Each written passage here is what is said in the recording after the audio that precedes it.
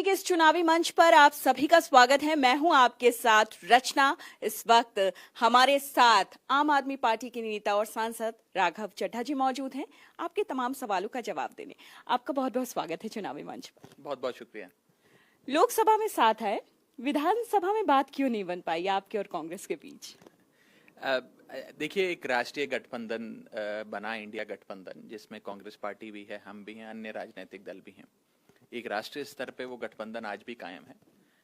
हाँ, लेकिन ये बात जरूर है कि हरियाणा में वो गठबंधन एक एकजुट होकर एक परिवार की तरह चुनाव नहीं लड़ रहा है। हमने बहुत प्रयास किया, अथक प्रयास करे कि हमारे विचार समान हैं तो हम साथ आए, लेकिन साथ ना आना भी कोई बहुत बड़ी असमानता नहीं है। वो एक राष्ट्रीय पार्टी, हम भी एक राष्ट्रीय पार्टी, उनका मजबूत संगठन है, हमारा भी मजबूत संगठन है, तो मजबूती से चुनाव लड़ेंगे। और देखिए, लोकतंत्र में तो जनता के पास जितने ऑप्शंस हों उतना अच्छा है। मैं तो कहता हूं 2-3 क्यों 25-30 ऑप्शन होने चाहिए जनता के पास, ताकि जनता हर राजनीतिक दल को, हर नेता को पूरा एग्जामिन करे, एनालाइज करे और फिर सोच समझ के अपने भविष्य को सुनिश्चित करने के लिए वोट डाले। केजरीवाल जी ने एक रैली के दौरान, सभा के दौरान कहा कि कुछ भी हो, हरियाणा में उनके बिना इस बार सरकार नहीं बनेगी। मैं भी ये बात लगातार कहता आया हूं कि इस बार सत्ता की चाबी जो है वो आम आदमी पार्टी के पास, अरविंद केजरीवाल जी के पास होगी। देखिए, जनता वोट देती है एक राजनीतिक दल को सत्ता में लाने के लिए, दूसरे राजनीतिक दल को विपक्ष में बिठाने के लिए, और एक थर्ड पॉलिटिकल ऑल्टरनेटिव जो होता है उसे सत्ता की चाबी सौंप देती है कि भाई सरकार बनाओ, लेकिन जिस पार्टी के लिए हमने वोट दिया है उसको नियंत्रण में रखना और जनहित के सारे काम करवाना। तो वो जो सत्ता की चाबी है, वो जो हेडमास्टर का डंडा है, वो मुझे लगता है इस बार हरियाणा की जनता आम आदमी पार्टी को देगी। कांग्रेस के साथ पोस्ट पोल अलायंस बन सकता है फिर?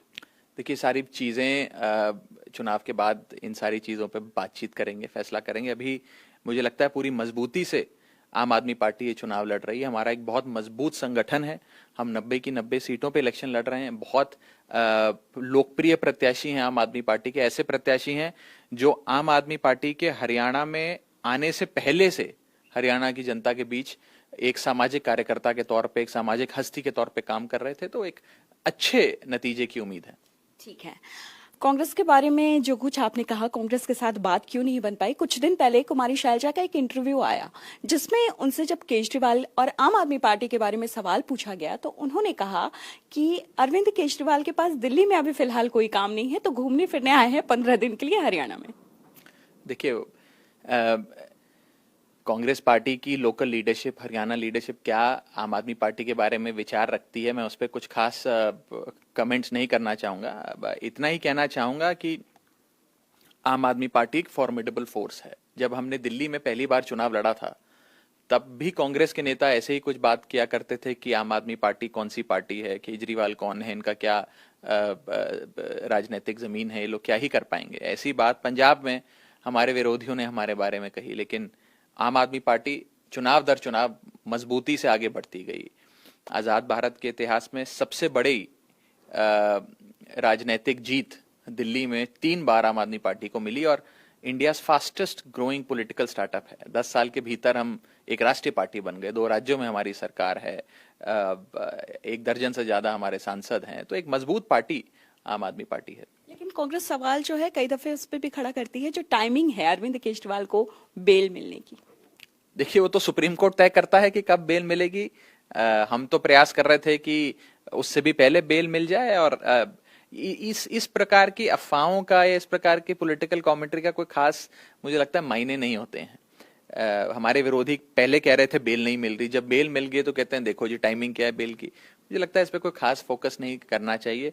मुझे मोटे मोटे तौर पे जो बात समझ में आती है कि आम आदमी पार्टी एक एजेंडे के साथ हरियाणा चुनाव में गई है। हमने 5 बड़े वादे किए हैं, मुफ्त बिजली देने का, हर महिला को 1000 रुपए पहुंचाने का, अच्छी शिक्षा लोगों को देना, हर युवा को रोजगार देने का, और किसानों के लिए भत्ते की बात करी तो 5 बड़ी गारंटियां लेकर आम आदमी पार्टी जमीन पर उतरी, एक पॉजिटिव एजेंडा के साथ उतरी। और देखिए, हरियाणा एक ऐसा राज्य है जिसके एक छोर पर दिल्ली है और दूसरे छोर पे पंजाब है।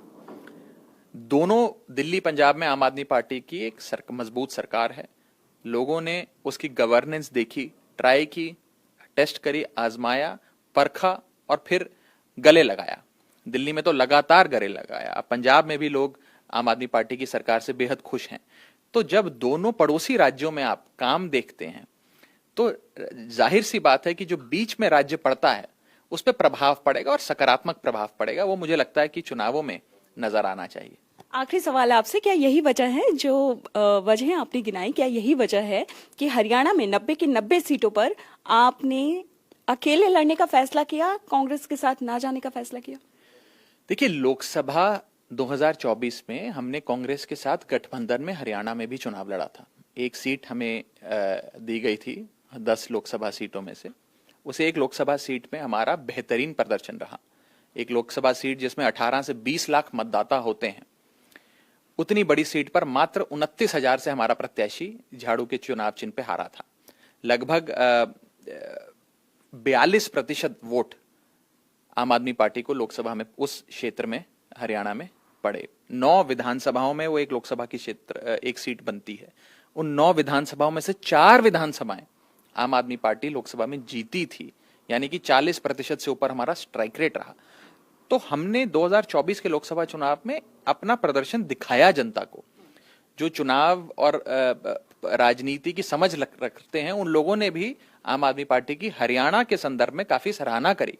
तो मुझे लगता है उस पृष्ठभूमि में हम अब हरियाणा चुनाव में जा रहे हैं। 90 की 90 सीटों पे चुनाव लड़ रहे हैं।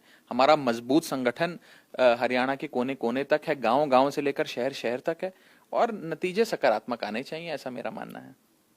यहाँ आने के लिए, हमसे बातचीत करने के लिए राघव जी, आपका बहुत बहुत शुक्रिया। बहुत बहुत शुक्रिया।